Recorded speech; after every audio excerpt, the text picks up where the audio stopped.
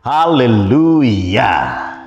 Saya melihat bahwa banyak anak-anak muda mulai galau di dalam hidupnya ketika dari SMA mulai masuk ke university, yaitu umur-umur 16, 17 sampai 25. Dan ini yang saya katakan, kita perlu mengetahui mengapa anak muda galau. Kalau engkau dalam rentang itu 16 tahun sampai 25 lalu Anda galau, kalau kamu galau, jangan khawatir, pasti ada sesuatu di dalam hidupmu yang mulai berubah, tetapi engkau nggak tahu apa yang berubah. Betul kan?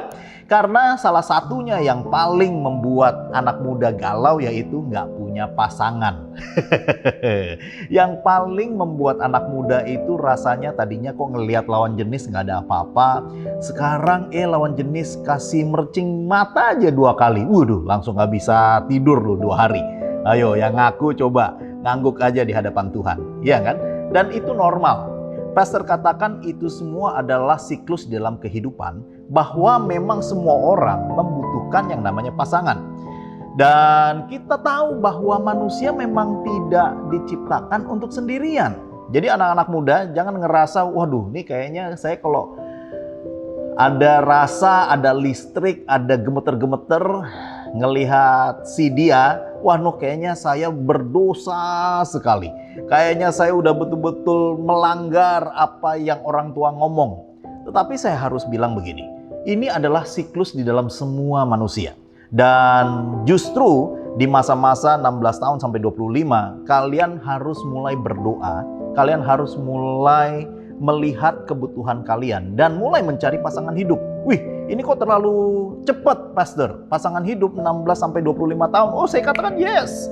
Dan itulah masa-masa kritis. Banyak sekali anak-anak muda justru karena tidak ada tuntunan, nggak tahu bagaimana caranya menghadapi masa-masa pacaran. Nah, hari ini saya ingin betul-betul ambil waktu supaya kita semua betul-betul ngerti itulah yang menjadi rencana Tuhan di dalam kehidupan kalian semua.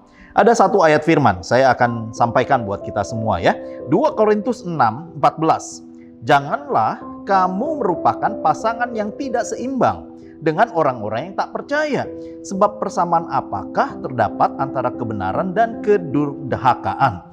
Atau bagaimanakah terang dapat bersatu dengan gelap? Nah, ayat ini harus kalian renungkan baik-baik, terutama anak-anak muda. Dan juga orang-orang tua, mari kita melihat bahwa inilah memang siklus di dalam anak-anak muda yang dulunya kecil-kecil, umur 10 tahun, umur 5 tahun, kayaknya anak saya tuh bener-bener golden boy, golden girl. Tapi sekarang mereka sudah dewasa. Orang-orang tua harus mempersiapkan anak-anaknya memasuki masa siklus begini. Karena ini masa siklus yang berbahaya. Kalau nggak ada kehati-hatian anak-anak muda, kalian bisa gampangnya terjebak dengan free sex. Kalian gampang terjebak dengan namanya hubungan-hubungan seks yang hanya dilakukan begitu tapi tanpa ada pengertian mendalam apa sih itu sebetulnya. Iya kan? Lalu gampang masuk ke dating, gampang masuk ke bahkan nightclub, klub-klub malam, masuk ke dunia malam karena nggak ngerti apa yang sebetulnya terjadi di dalam kehidupan kamu dan siklus hidup kamu. Nah, itu sebabnya hari ini coba yuk kita betul-betul lihat. Apakah pacar itu Tuhan yang kirim atau kita yang hunting?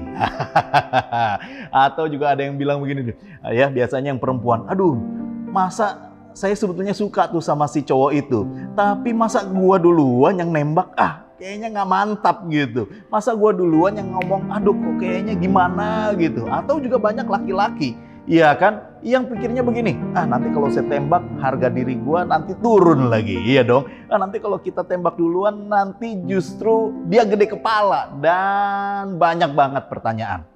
Juga kalau yang sudah mulai umur-umur 25 ke atas ya, justru mikirnya begini, wah itu terserah Tuhan deh, gua mau punya pasangan atau enggak, udah terserah Tuhan deh. Nah yang begini-begini bahaya, karena apa? Nggak ada tuntunan. Saya kasih hari ini 3I, nah yang supaya kita bisa ngerti bagaimana kita mencari pasangan yang pas. 3 itu yang pertama adalah seimbang dengan visi. Semua orang punya visi masing-masing. Kalau kamu punya visi menjadi fotografer profesional, artinya apa? Kalian akan punya hidup yang betul-betul outdoor, betul nggak? Betul-betul dunianya sendiri. Tetapi kalau kalian justru nyari pasangan hidupnya yang pengennya di rumah terus dan kalian punya hidup outdoor yang begitu tinggi, hati-hati. Renungkan itu. Itu yang namanya visi. Kalau kalian memang punya visinya menjadi dokter profesional dan harus menempuh medical education selama 7-8 tahun, hati-hati.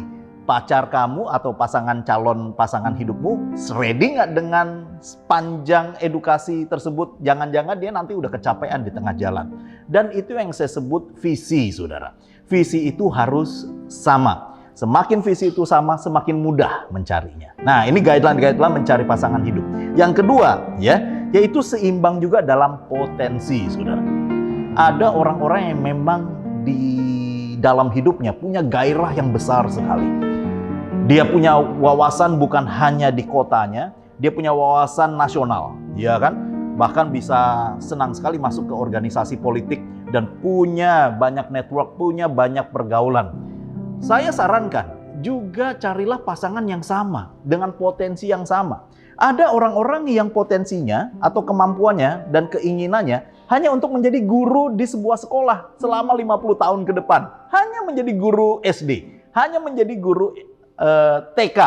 Dan itu pun tidak ada yang salah. Tetapi carilah orang yang juga dinamikanya seimbang. Sehingga istilahnya kalau perahu tuh goncangannya nggak terlalu besar. Yang ketiga, yang terakhir, saya catat begini. Mari seimbang dalam rohani. Nah, ini juga penting. Ada banyak anak-anak muda nggak perhatikan hal seperti ini. Tetapi kerohanian itu penting. Karenanya firman Tuhan tadi katakan, janganlah tidak seimbang dengan orang yang tidak percaya. Artinya apa? Yang kepercayaannya berbeda. Ada banyak badai yang bisa terjadi dengan kepercayaan yang berbeda satu dengan yang lain.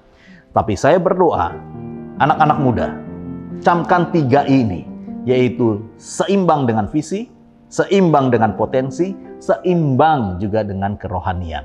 Dan itu akan menjadi barometer bagaimana kalian mencari pasangan hidup, mencari pacar. Jangan hanya lihat luarnya, jangan lihat perawakannya, tapi lihat 3 hal ini, pasti kita akan dapatkan yang terbaik dari Tuhan. Tuhan Yesus memberkati. Kita akan berjumpa lagi di waktu yang akan datang. Jangan lupa subscribe, like, komen, dan share GPDC. Tuhan Yesus memberkati. Halo teman-teman semua, buat kalian yang belum memiliki tempat ibadah tetap, yuk gabung bersama kita di GBI Glow Fellowship Center. Lokasinya ada di Glow Tamres, Glow Gading Marina, Glow BSD, Glow Dynaplus, Glow Depok, Glow Majestic, dan Glow Cibubur. Kita tunggu kehadiran kalian. Tuhan Yesus memberkati. Amin. Amin.